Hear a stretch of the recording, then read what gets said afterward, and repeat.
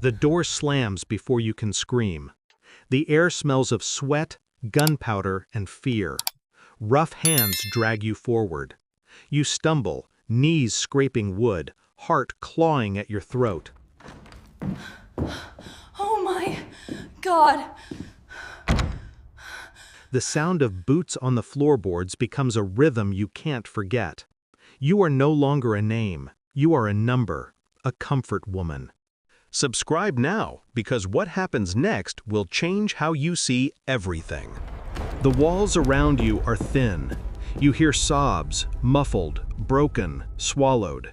They blur with the low hum of voices outside, the laughter of soldiers, the clinking of bottles. Every sound carves into you. Every silence feels worse. You try to remember your mother's face, the smell of the rice fields, the weight of sunlight on your skin. But memory fades fast when pain replaces it.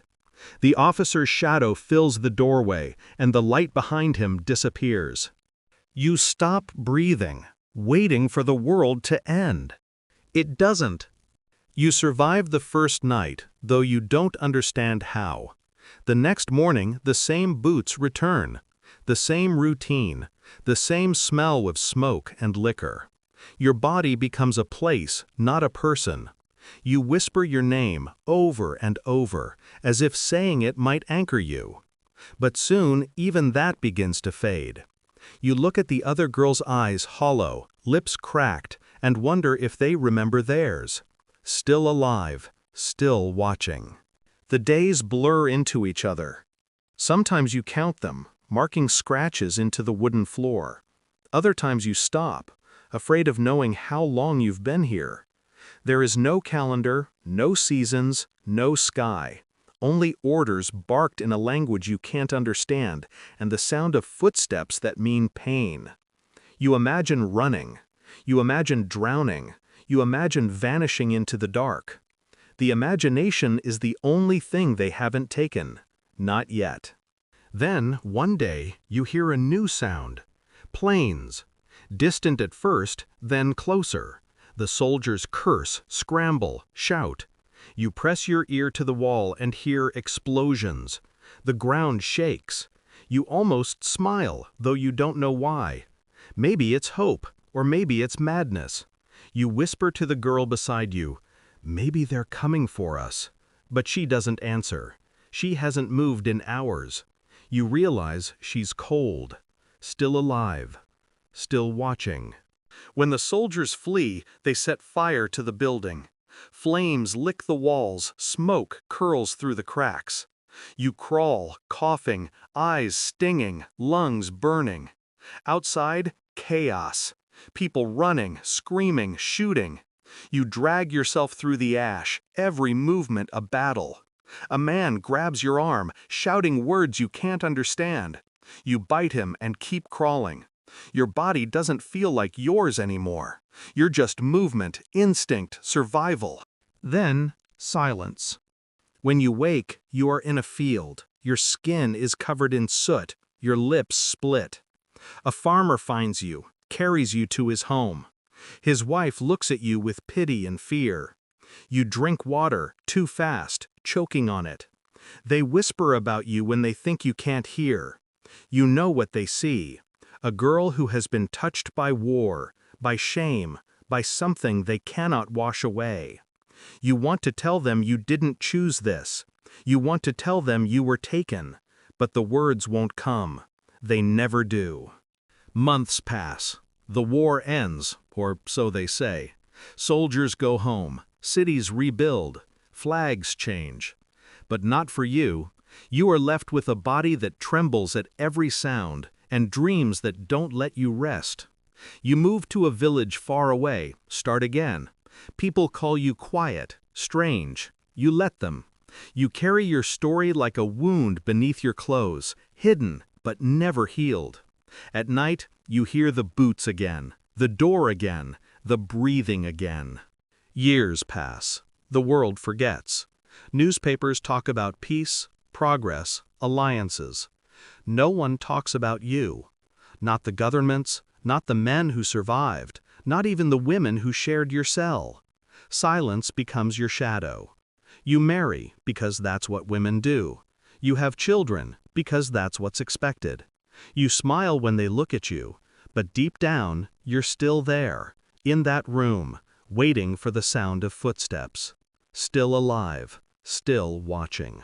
One day, decades later, a stranger arrives. She's young, carrying a camera, asking questions. "Were you there?" she asks softly. "Were you one of them?" You stare at her, words caught between your teeth. You could lie. You could say you don't remember. But her eyes remind you of your sisters, the one who never came back. So you nod. Just once. Her voice trembles as she says, "People need to know." You sit in front of the camera, hands folded. The light's too bright. You tell her what happened, piece by piece. Your voice cracks, but you keep going.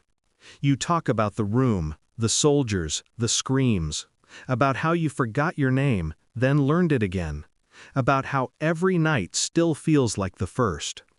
When you finish, there's silence. The young woman wipes her eyes. You realize this is the first time someone has truly listened. Your story spreads. Newspapers print your photo. Documentaries play your words. Some people call you brave. Others call you a liar. You don't answer any of them. You've spent a lifetime being called names. You know what truth feels like, even when others don't. What they don't understand is that memory doesn't fade, it multiplies. Every retelling is a wound reopening, but also a light breaking through. The world begins to pay attention. Statues rise, museums open, governments apologize. But an apology cannot erase what was done. You visit one of those statues once.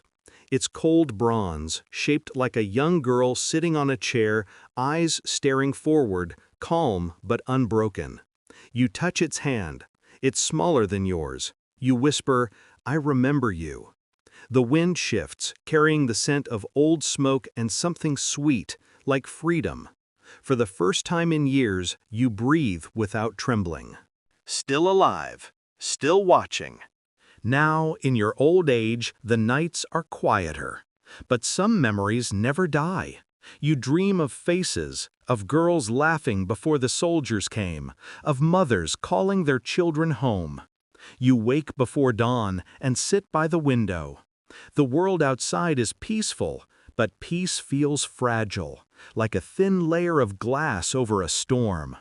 You wonder if people truly understand what was taken from you, from all of you. You wonder if they ever will. You open your hands. The skin is wrinkled, veins blue beneath the surface. These hands once trembled in fear, once clawed at the dirt for escape. Now they rest. You whisper the names of those who never came back. Each name is a heartbeat. Each heartbeat is a prayer. The room is quiet, but in that quiet you hear them. The girls, the whispers, the laughter before the war. They are still here, somewhere between memory and history. You close your eyes, not in fear this time, but in peace. The war took your youth, your innocence, your voice. But it never took your will to live. You were broken, but not erased. You were forgotten, but not gone. Your story endures because you endured. The sun rises outside your window, lighting the fields with gold. A new generation wakes, unaware of the ghosts that breathe beneath their peace. You smile, faintly. You know the truth now. History doesn't die. It waits, quietly, for someone brave enough to remember. And now it begins again. Subscribe to Think What If and step deeper into the unknown.